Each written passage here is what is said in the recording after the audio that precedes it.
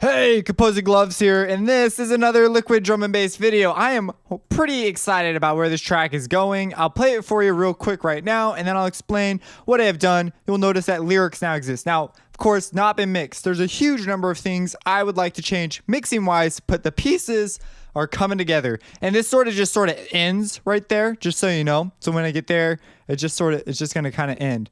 So without further ado, here is the thing, and then I'll explain what I did since the last video. Oh, one other thing. You're going to hear clicking and pops from my computer, freaking out CPU-wise. So, yeah, in fact, I could probably hit some stuff to make it a little more friendly. So, what is it, F5? F5. So anyways, maybe that'll help a little bit. I don't know. So here it is. Just so you know, clicks and pops. Of course, that's just the life of the computer's trying to process stuff. Mostly because I did not use my reverbs in the most efficient way possible.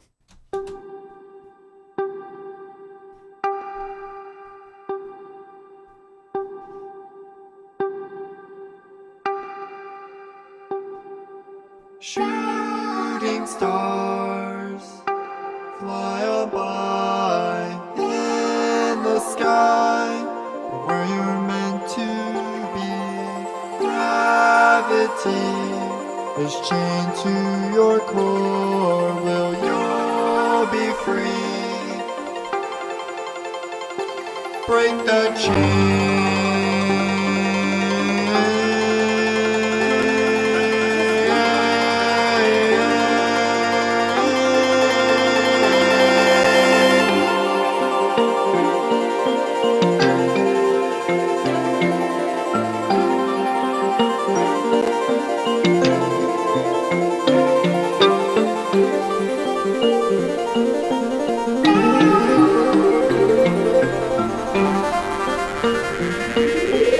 Explore the universe.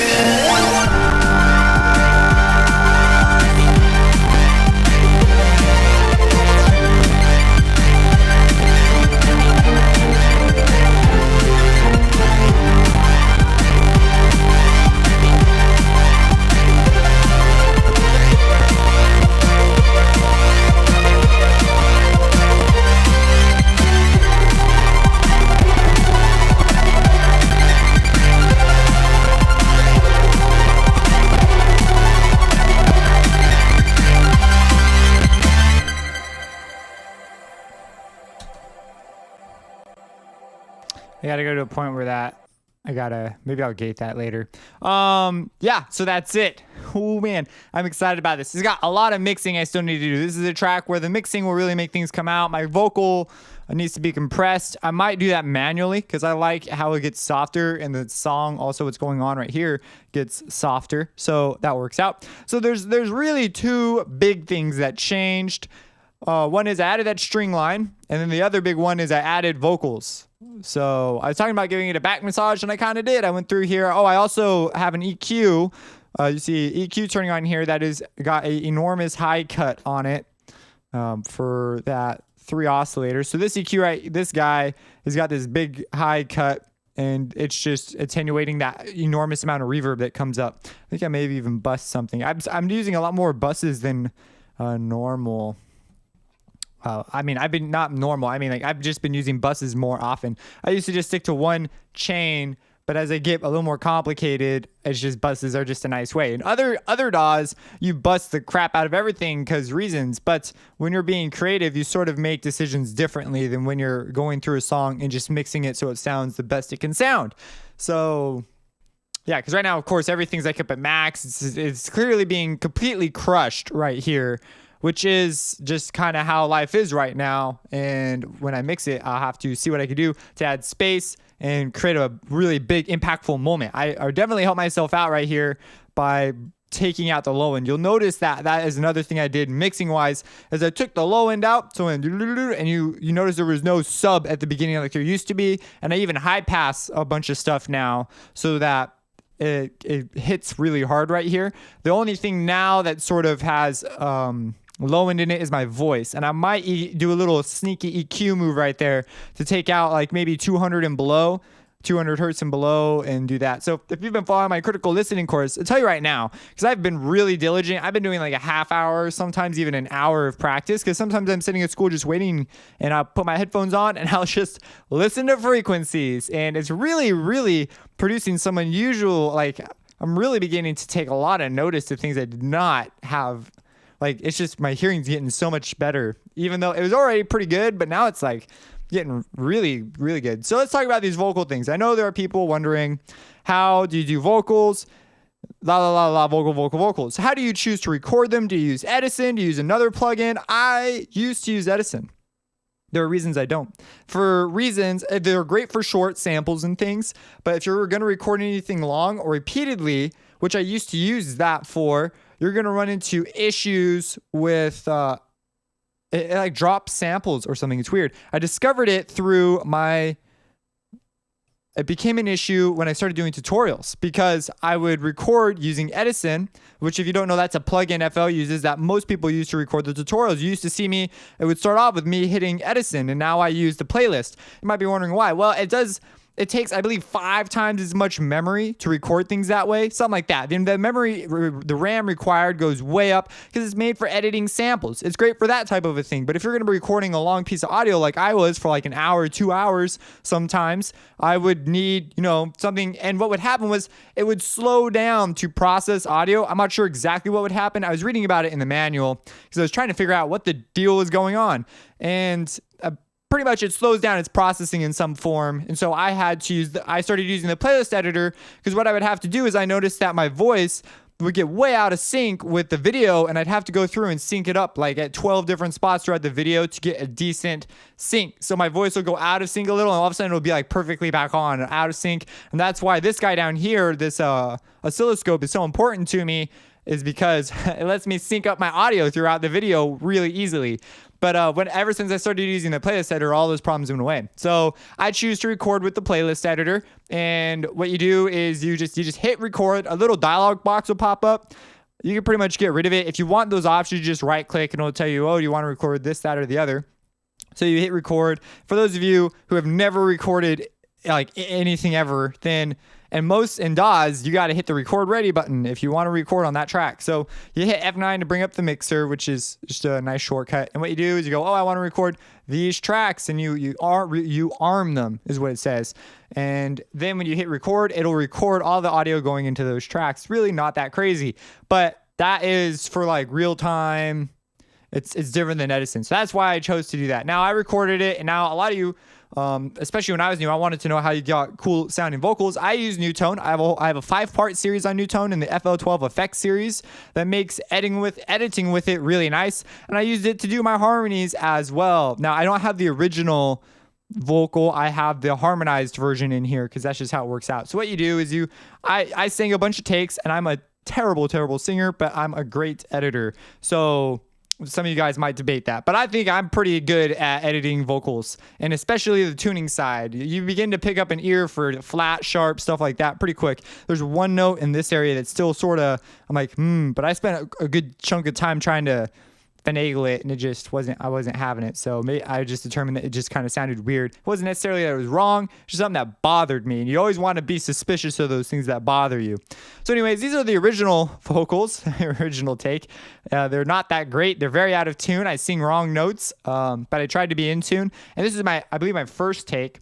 And what I do is I'll set up a loop, and I recorded using a 57, so I already know I'm singing close into my mic. For those of you guys who don't know about that, then the 57 is a dynamic mic, and so I'm going to get a low-end boost. So I had to go in with an EQ and sort of EQ that out because I didn't want to turn the gain up a ton because of extraneous noises. If I was in the studio, I wouldn't have to worry so much. I'd freak. If I was in a studio, I'd use a 414. I would not be using a Shure 57 for vocals.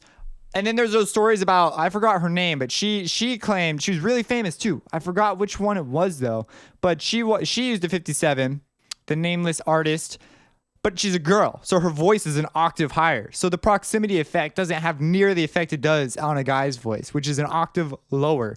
So like that doesn't count in my book. And they probably had the gain up because they didn't have to worry about weird noise and stuff. And so there's all these things. So anyways, I did what I knew what my circumstances demanded, and this is what I got.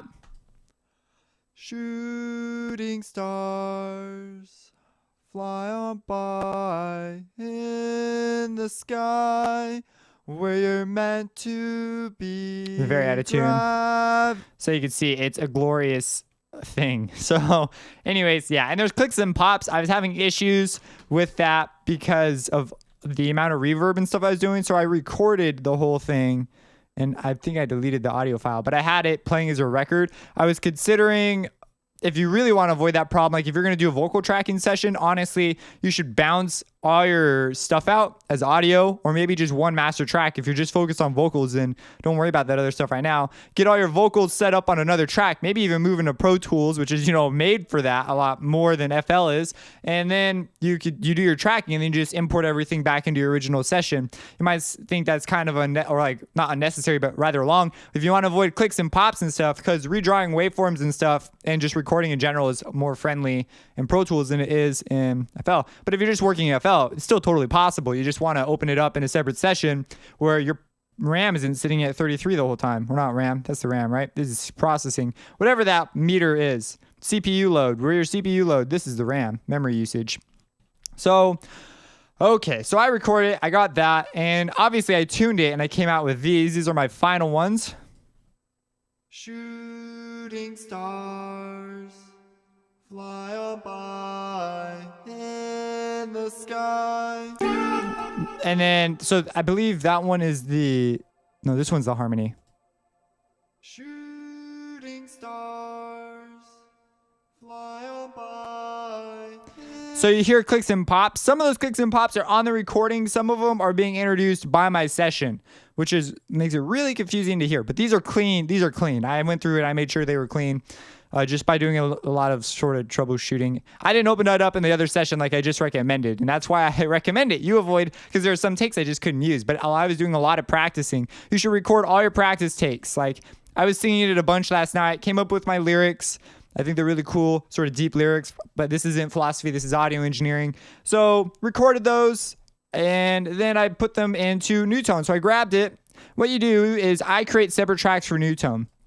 Usually I'll have one separate for every Newtone that I open. That way I can always go back and edit the original material, because you're changing. What Newtone does is pretty phenomenal, and it's like Melodyne. If you know what Melodyne is, it's a pitch correction software, and you can go through and be really particular about how things sound. However, if you drop something that you've already done through Newtone, you're gonna get it messes with your samples, and it changes the interpolations, all these things. I liked this sound. I could get a more natural sound if I really wanted to. I'd need a better take if I really wanted it to sound natural, but I didn't care about it sounding natural. I liked that sound. I consider that, I think it's a really cool sound. This sort of singing, but it still sounds like a little robotic or lo-fi at moments, but at the same time, I don't know, I just really dig the sound, especially for long tones. Makes it interesting to me. So what I'll do is I open up a session, a Newtone. The first thing I'll do is I'll detach it so that I can move around on here without worrying about anything. The next two things I'll do is I'll turn off autoplay, because it's on by default, and I have never wanted that on, so I turn the hat off. And that's, I'm sure there'll be, if I were doing more full-fledged recordings and pitch correcting enormously long tracks, that would be a nice feature that I would use more, but I rarely do that right now, at least with FL anyways. And so then I'll turn on slave mode, which slaves it. And so I will ignore spacebar, and I will make my selection at the beginning of wherever I recorded. So I actually started my recording right here.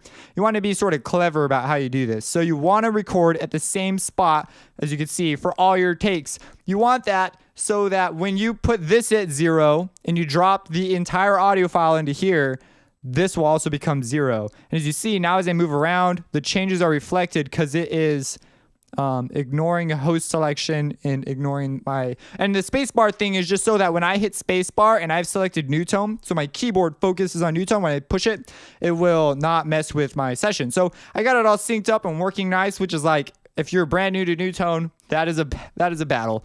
So that's a battle. Then you go through and I turn the center all the way up and the variation down, but not all the way down. And I'll enter advanced edit mode, which is where I'll do my serious pitch correcting stuff. So I was being more serious about my vocal edits. So I came in here. What you do is you could double click a note and it will instantly zoom in and do all these things. You can zoom out, grab stuff. It's just phenomenal, the navigation. But you could click and now it's in advanced edit mode. So you come in here. I'm not going to explain what all of this stuff does because I have a 5-part series describing how to use this stuff. So I'll be conjoining, splitting clips, or I think clips ought to be split. And one thing I'll do here is if you hold down Alt and move stuff around, you can precisely time syllables and stuff so they land on the beat. So that's something that some people, you might come in here and just be thinking about pitch. That's really bad. You want to be thinking about where your syllables line up with your rhythms, because if you get those are just as important as the pitch, because that'll make the vocal jive. If the vocal is really in tune, but it doesn't jive, then who cares? So you want both those things on your side, because the jiving vocal that doesn't, jiving meaning rhythmically, you know, going with what's happening, and then it's out of tune, then that's like just as bad. So in some cases, the tuning almost doesn't matter with like talking and stuff. So you could just drag talking in here and just manipulate talking and do a bunch of cuts. So this is a phenomenal vocal editing engine. I've never used Melodyne, but I really want it because I've seen some of the features it can do. But another discussion for another day. So I edited it and I put it in here. And while it's going through here, I don't normalize my audio or anything. So I don't drop a normalized file. I want to work with it as it originally was before anything. So I want my audio to be as original as possible. That way, Newtone's getting the original stuff, nothing that's been dressed up or edited in any way, to avoid any sort of, you know, when stuff's getting converted or sample rates are flying, bit depths flying all over the place. You know, I don't want to deal with none of that. So I just leave it the original. And what I do is in my Newtone, I'll run a Maximus after it, and I'll make it stupidly louder than the rest of my track. Because at this point, I am now playing it back with my track. And as you can see, it's playing and I can hear it, and it's way, way, way loud. That way I can hear it over my track. And so I'll just compress it, but I won't do anything to the audio itself because when I bounce it out, then I'll do all my editing and add the reverb and some unison, maybe, you know, whatever it is I want to do.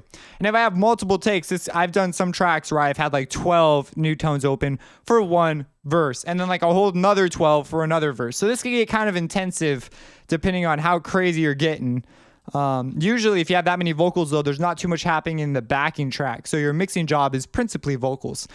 Anyways, like I was mixing in school, we were given a Stevie Wonder Superstition track, and we had to mix that. And he has so many freaking clavinets. He had those things freaking everywhere. I'm like, how many of these? There's like 8 of them. There's 4 processed and 4 unprocessed. These big long files. It's like, man, there's so many freaking clavinets. But if you take your time and treat each one with detail, it will sound so good with just some clever volume and panning. Oh my gosh, you can do some really cool things. It just takes a long time. So I came in here, did this, edited the vocal, brought the variation down, but then I'll go in and I'll change the variation, the volume. I'll change the ramp speeds. I'll change the rhythm, and I'll do that. Then I will put it down, open up another one, sync it up again. In this case, I just kept the same one and edited it and made my harmonies, which MIDI music theory, if you want to know about the harmonies, there's one cool harmony moment I do, which is sort of counterintuitive because I sing a B. Well, I auto-tuned myself to sing a B. It's right here, but that's kind of weird when I do that. Oh, and I got to turn Newtone off. That's the other thing. When you're done here, make sure you turn those options off, or it'll be playing back and you'll get false unison, or if it's in phase, you'll get double. It's pretty much in phase. You'll just get, it's usually not perfect. Because it's going through Maximus and stuff, so it'll sound really different. So yeah, just make sure you turn that off so it's not playing back, because you'll think it's twice as loud. Well, not twice as loud. Anyways, it'll play the same thing twice. It won't technically be twice as loud, just the same thing twice, because of the whole perception deal. So there's a weird, cool, listen, I go major right here. I sing a B, but it's playing an F major chord somewhere in here. In the sky, where you're in the... This should not be playing. In the sky too. Do I have the correct Newtone open?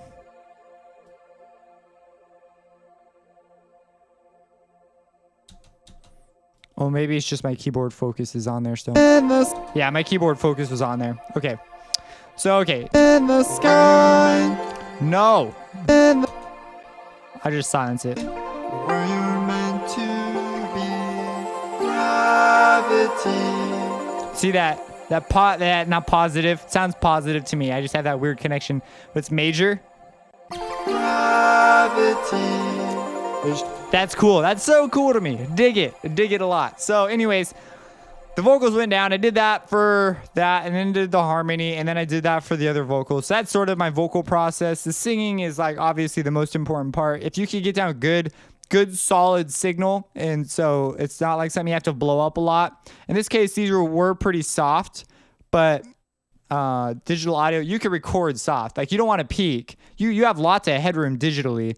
Just you know, you don't want a lot of extraneous noises, close stuff. Make sure your washer machine or whatever is off in the other room, that kind of stuff. You don't want things that will blow up, especially when you compress later.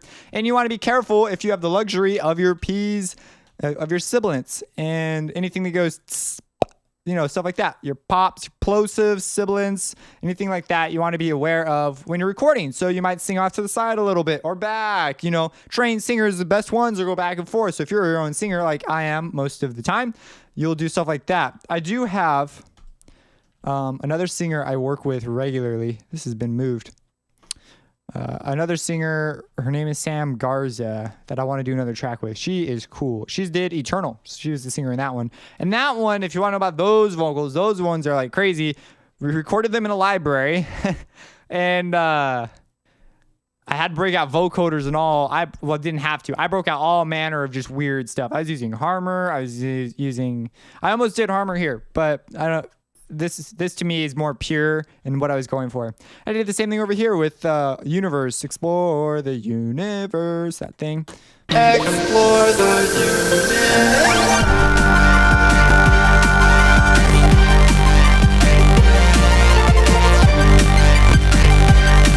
So let's talk about these strings. So, okay, all that's going on. I added some more chords over here. And when all that's going on with those chords, let me just... Where are you?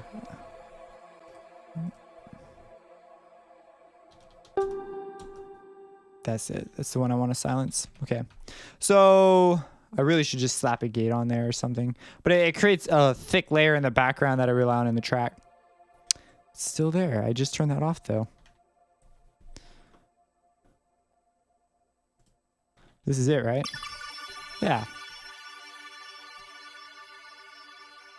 Whoa, it does not want to obey my whims, man. There we go. I just silence it over there. Take that. So, okay, let's talk about this part. So I added some strings. It's pretty much all that happened. I did go through here and I varied up the melody. Let's talk about the strings. I keep starting the strings and then not doing the strings. So I have, this is the string part. It sounds like this.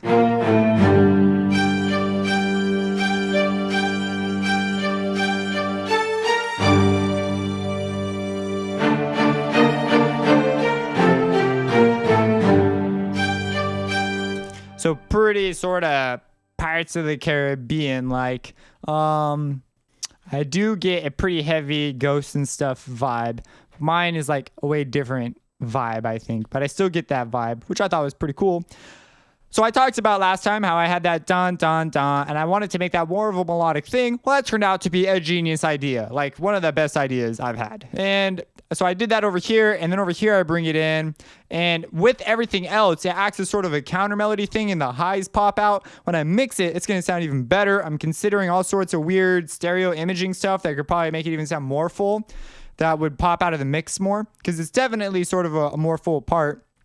And so with it all in there, I want it to be a little progressive. So I've got somewhat of an idea, and then this thing over here is pretty cool. And it's going to continue on. It's going to keep going and just doing all sorts of cool stuff. This is like really, really grooving. So I really dig how this part turned out. That sounded like horrible if you start right there. Explore the universe.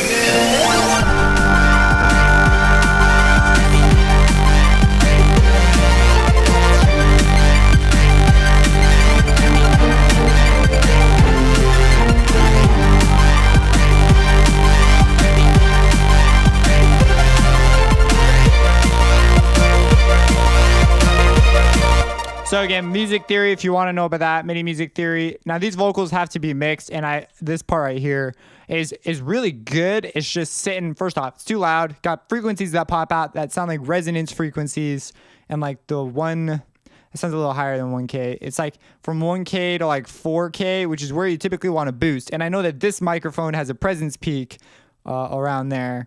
And so I want to be careful about that. I believe it's a bit higher. I'd have to look at the specs again. I think it's like 2.5 to like 6, like a small one, like a tiny one, not a very big one. Okay, so yeah, that's pretty much what I did. If you have any questions, like something I didn't explain, let me, over here, I did change this. I added some notes back in because I made it too thin, and so I had to thick it up a little bit more. It sounded like it was missing. I'm probably going to get rid of this vocal thing here because the vocals are just cooler, and it sounds like sort of out of place now. But I added that, and what I settled on instead was I made certain bell hits substantially louder. And it matches with the guitar, but then the guitar drops out on some louder bell hits, and the bell hits drop out on some louder guitar hits. Guitar becomes a little more prominent as we get into the next two parts leading up to this. So, yes.